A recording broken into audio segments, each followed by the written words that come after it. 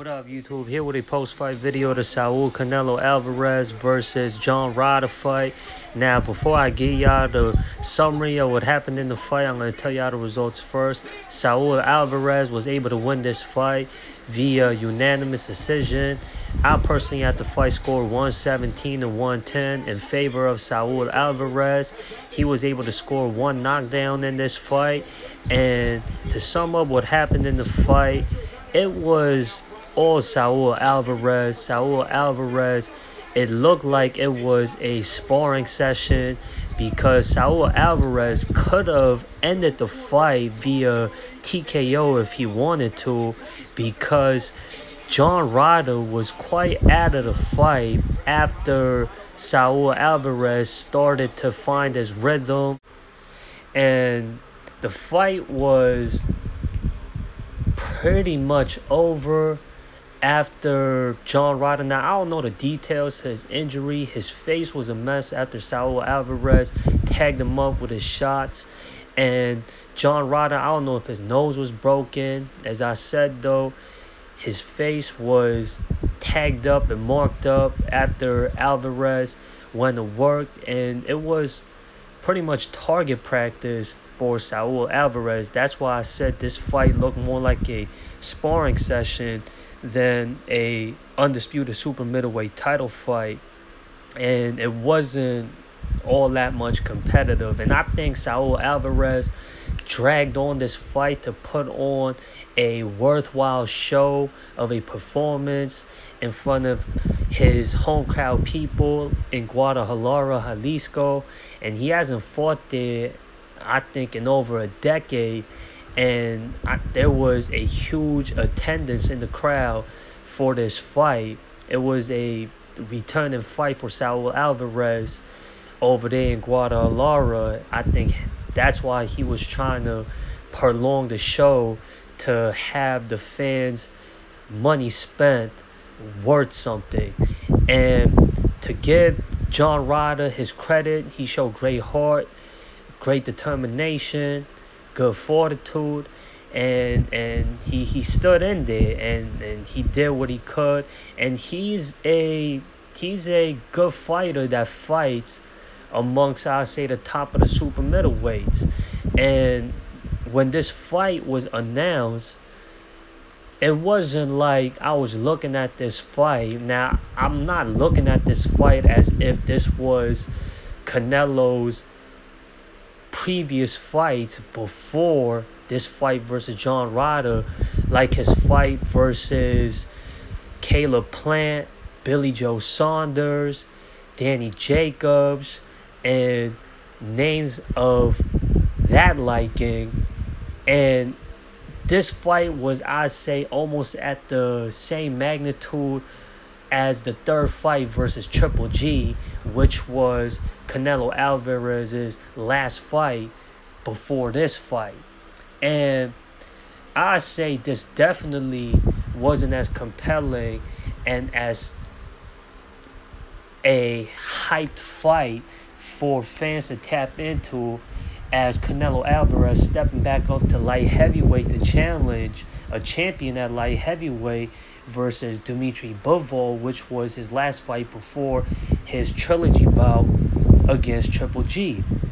Now, I heard Canelo Alvarez, he came back into action before the doctors had suggested and cleared him of being able to compete in the ring again, because I think in his last fight he suffered a hand injury, and his camp was suggesting that he wasn't ready to return to the ring to compete again because his hand was in question. However, it looked like he wasn't missing a step. He still looked like Canelo Alvarez. He couldn't display his best attributes in this fight. We know Canelo Alvarez for being a technical skilled fighter with good fundamentals and good abilities, and we all know his attributes when it comes to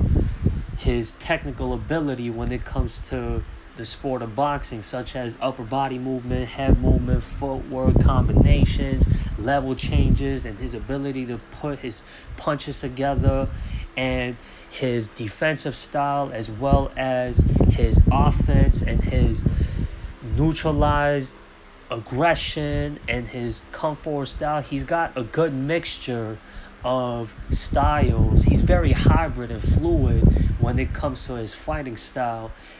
He couldn't display all of that in this fight. I saw a lot of boxing fans talk about how this performance wasn't all that. Now they don't know if Canelo Alvarez can still be of that same high caliber of Saul Canelo Alvarez that boxing fans have got to know him as. He is getting older in age, and his last fight versus Triple G wasn't the best performance either, and his fight versus Dmitry Bivol, he made it competitive. However, the right man did win that fight. Bivol was a clear winner in that fight. To Canelo Alvarez's part, for the argument's sake, it was him fighting above his weight class at light heavyweight versus a in-prime undefeated top fighter who is a champion at light heavyweight. So that was a difficult fight for Saul Alvarez to fight against Dmitry Bivol, and I'm hearing that he's looking to rematch Dmitry Bivol for another fight. Now, Dmitry Bivol has said to the public that he wouldn't mind stepping down to super middleweight to challenge for the undisputed super middleweight titles, which Canelo Alvarez holds. And he has said that he has no problem adjusting to the super middleweight weight limit, and that works well with Dmitry Bivol's frame and his body. He has no problem making that weight. Now, I don't know what the future holds for Saul Alvarez. Now, me personally, I don't want to see a rematch with Dmitry Bivol and Saul Alvarez because there was a clear winner in that fight. I much prefer to see a undisputed light heavyweight title fight with Dmitry Bivol versus Arthur Beterbiev, who's the other champion at light heavyweight. That sounds much more compelling and much more of a intriguing fight for the sport of boxing than another fight with Dmitry Bivol and Saul Alvarez. And I know the stakes might be different with possibly Dmitry Bivol stepping down in weight to super middleweight to challenge for Canelo's belts.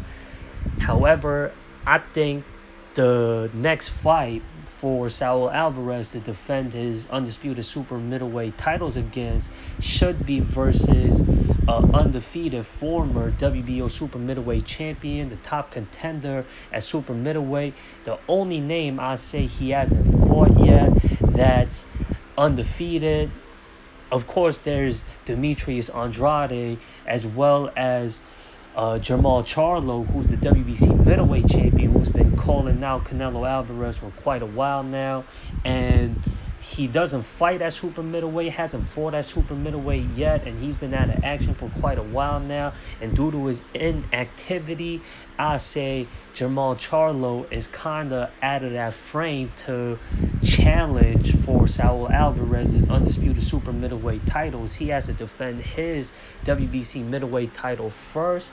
He hasn't unified any of the titles there at his respective weight class at middleweight.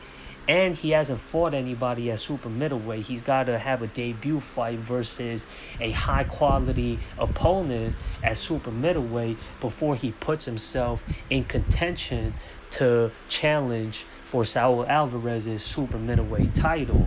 Now, Demetrius Andrade, he had a good look, a good debut fight at super middleweight in his last fight. However, Benavidez has been fighting at super middleweight for much longer, has been a household name there, still undefeated, former super middleweight champion, never lost his belt. He had to vacate it due to the reasons that we know why he had to vacate it for. I think he deserves a shot at gaining the title that he never lost back. And even better is for all the belts, all the titles at super middleweight, the undisputed super middleweight titles versus the most well-known name in the sport of boxing. And as for Canelo Alvarez's future, he's done it all when it comes to the sport of boxing ever since Floyd Mayweather and Manny Pacquiao retired from the sport of boxing. Canelo Alvarez has been the biggest draw in the sport of boxing ever since the Floyd Mayweather Manny Pacquiao era. Then came the Saul Alvarez era, and it looks like the sport of boxing is coming to a new era, and the Saul Alvarez being the biggest draw in the sport is coming towards a end. As Saul Alvarez, it's been rumored that he's thinking about retirement soon, and there's going to be a new fresh start when it comes to the biggest names in the sport of boxing. And we could talk about who those future biggest draws in the sport of boxing is for a whole nother video. Anyways, as for Saul Alvarez, I think the only opponents that he should fight before he officially retires is him defending his undisputed super middleweight titles versus the only top contenders that's left that he hasn't fought yet in super middleweight, that being David Benavidez and Dmitry Andrade. And outside of Andrade and Benavidez, I don't think he has anybody else to fight against to stamp his legacy as being a all-time great fighter. Anyways, y'all let me know what y'all opinions are from this fight that y'all saw. Comment, subscribe, share, like. That does it for this post-fight video, y'all. I'm out of here. Peace.